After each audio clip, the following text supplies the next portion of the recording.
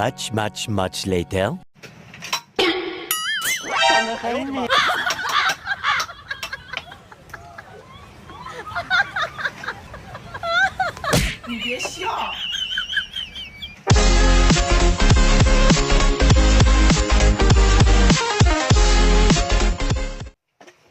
Palagi bang nasisirang sasakyan mo? Palagi bang napuputol yung mga tornilyong pinapahigpitan mo? Meron akong i-advise sa iyo guys. Eto. Dapat dali sa mental hospital. Ay dito.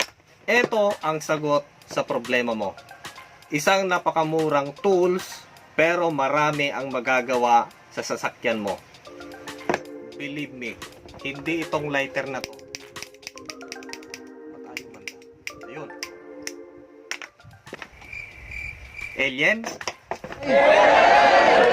Kaya pala guys, may bad news tayo kay Alien Tech Predator Inverter Welding Machine na 200 ampere. Paubos na yung kanilang stock. Para sa mga gusto makahabol, dalian daw ninyo. Pero ang good news ay magre-restock sila ulit ng napakarami sa damakmak na welding machine. Alien?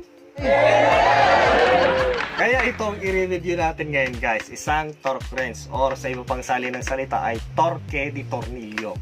Alien! Okay, ito ay Torque Master ang kanyang brand, tapos made by Mexican, made from USA. Original guys, para sa mga naghahanap ng budget pero original. Made from US.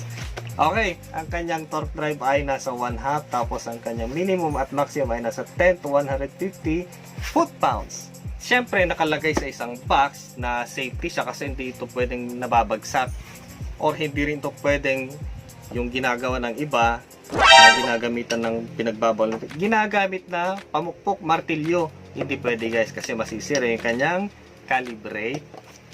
Kaya meron siyang box, nice box. Tapos meron siyang lalagyan ng nut dito para sasabit natin. Okay, sabit natin dito. Baliw. Ng box, mas maganda yung kayo makakita. Ayan. Ito guys yung torque wrench or click type na torque wrench or torque di tornilyo. Ayan. Ito torque siya yung tornilyo kaya torque di tornilyo. Ayan. Tapos meron siyang kasamang conversion table. Tapos nandito yung kanyang setting kung paano siya i-set. Kahit hindi ko na pala i-demo kung paano siya gamitin. Pero papapyaw natin hanggang yung makakaya ko lang ha. Okay, eto yung kanyang lalagyan. Tignan natin dyan. So eto guys, mahaba. Tingnan natin yung haba niya. Nasa 18.5 inches yung haba niya. Hindi siya pwedeng pamukpok kasi nga ay torque di tornilyo lang siya. Mekaniko lang ba yung mga pwedeng gumamit ng ganito? Hindi guys, kahit yung mga electrician. Yung mga nagigipit sa mga distribution line sa mga malalaking facility. Mga mekaniko, kung may sasakyan ka sa mga gulong ng kotse mo. Wala ko nun. Truck, yung mas malaki nito. Siya nga pala guys, para sa mga naghahanap ng iba pang variant. Ito ang size nito ay 1/2 drive, tapos 10 to 150 foot-pounds. Meron pang mas malalaki sa kanila.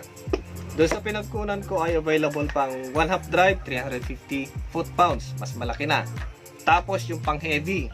Ito, yung 3/4 drive, tapos 500 foot-pounds yung kanyang maximum. Pang truck na yan, mas malaki na, mas mahaba. Pero ito, pang sasakyan ko lang naman, wala pa akong kotse. In the future, bibili ako ng truck. Alien? Sa mga interested, ilalagay ko po sa description box yung link ng pinanggalingan nito. Pili na lang kayo guys. Ito guys yung mismong torque wrench. Dito sa dulo ay nandito yung kanyang lock, unlock at lock. Pero kung just in case i-adjust natin, luwagan natin ng ganon, tapos adjust, then naiset na natin, saka natin i-lock para hindi magbago yung kanyang setting. Then ito yung kanyang timbal handle. Meron siyang para grid na ganyan para hindi tayo madulas. Tapos yung kanyang timbal scale. Ayan. Yung range niya guys ay nasa 2, 4, 6, 8, 9 yung maliit. Ayan.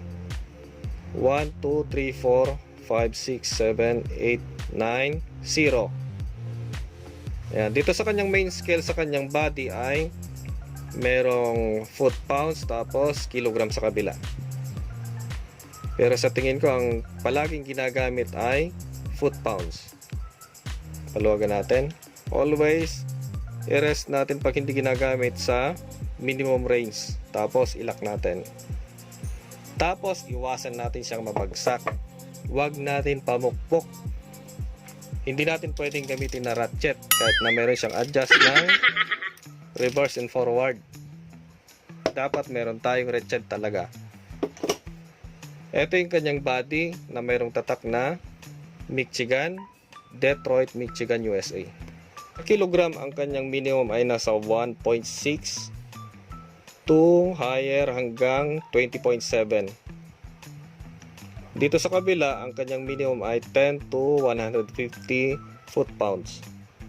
Ayan, kung sakaling gagamitin natin, magpapaigpit tayo ng tornilyo ng sasakyan natin. Kung just in case na alam natin yung torque range ng tornilyo ng sasakyan, kalimitan nakikita yun guys sa manual ng sasakyan natin kung gaano kaigpit yung mga tornilyo. Yung iseset natin siya, dito luwagan muna natin. Then, iset natin kunyari nasa, sabihin na natin na nasa 100. Set natin siya sa 100. Tapat lang natin sa 0 yung 100. Kunyari lang guys. Kunti pa. Yan. Okay, tapos, kung na-set na natin, ilak natin dito. Then, gamitin na natin. Dito naman ay meron siyang reverse and forward. Yung nga sinabi ko kanina, hindi siya pwedeng gamitin na ratchet. Pangpaigpit lang. Tapos, kung just in case na medyo kailangan lang na-adjust na gano'n, di pwede lang. Pero wag natin pangpaigpit na gano'n. And guys, ay meron akong makina dito. Sample lang naman siya. I-try natin na igpitan dito sa kanyang head yung 4 na tornilyo. Maigpit to guys, hindi basta-basta. Kasi kung minsan naglilik siya. Tubig at langis yung nagse-separate sa kanya. Kaya dapat sakto yung kanyang higpit. Dito guys, dahil nga sa mano-mano nun, wala akong ratchet. Basta kung ano lang, hinigpitan ko kaya nakutkutan siya. Bumaon masyado yung tornilyo kung minsan nalolos thread, nabibilog.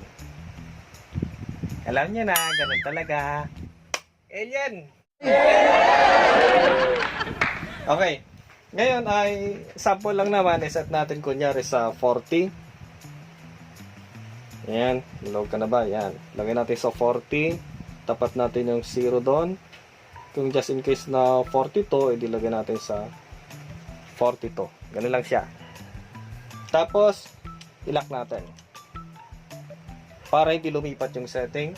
Dahil nga kung minsan sasayad, pwede natin gamitan ng extension. Pero kung hindi naman, pwedeng direct.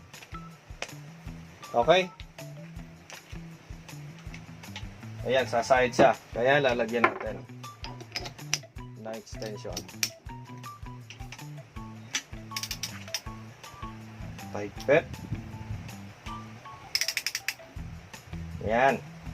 Pero kung just in case na malayo pa, gamitan natin ng ibang ratchet. Ayan. Pero ito, hindi siya pwedeng ganon.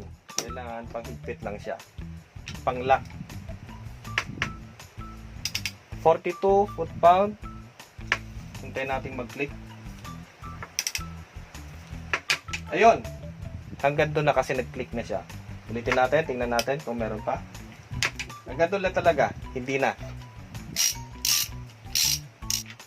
Then, gamitin natin ito.